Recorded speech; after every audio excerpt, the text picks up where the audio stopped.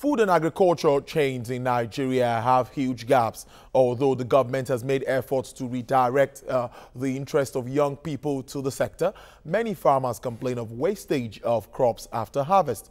Tomato farmers are most hit in the poor harvest losses due to poor preservation.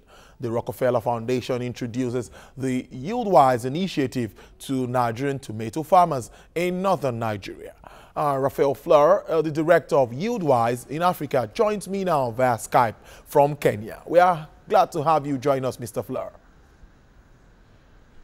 Thank you, Tolu. It's a pleasure to be with you. All right. Now, we are told that tomato farmers lose nearly half of their crops after harvest. Now, how does YieldWise influence this condition?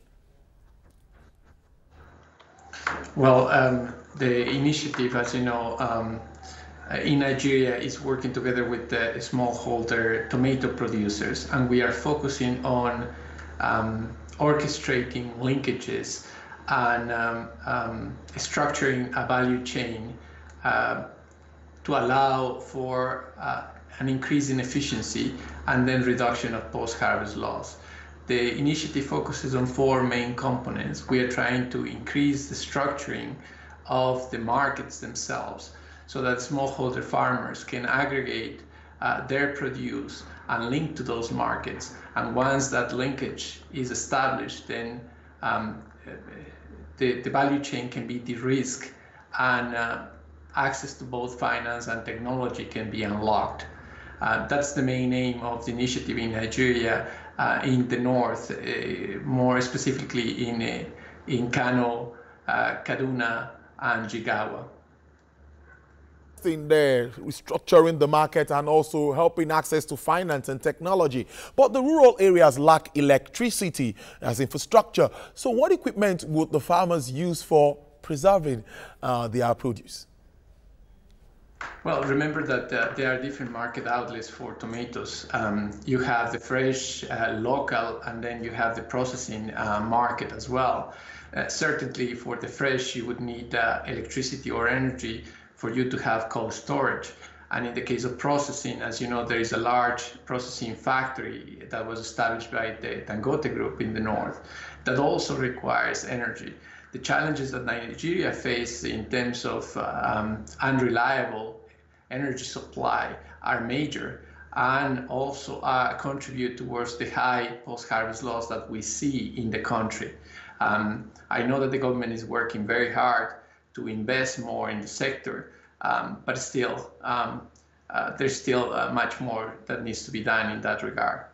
Indeed, much needs to be done. Now, is the YieldWise assistance handled through government agencies or directly with farmers?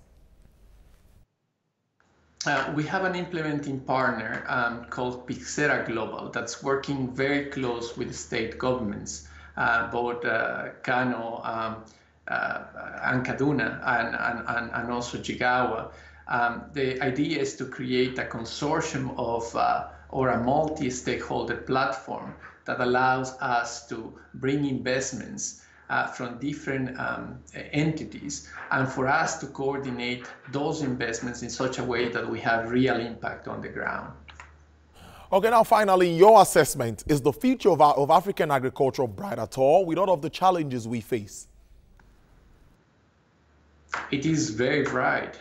This is the last frontier. And I think what we are seeing is the spur of innovation from Nigeria to Kenya to Zambia. And where we are seeing is a development of a new agricultural sector that is not similar to the one that we have in the West, in the US and Europe. This is based on smallholder farmers and what I would call an Uber-like system, where you have small groups of farmers that they are being aggregated through technology. And that has the potential to create jobs, growth, and many opportunities for the youth in the continent. So I do see the future of Africa and Africa's agriculture very bright.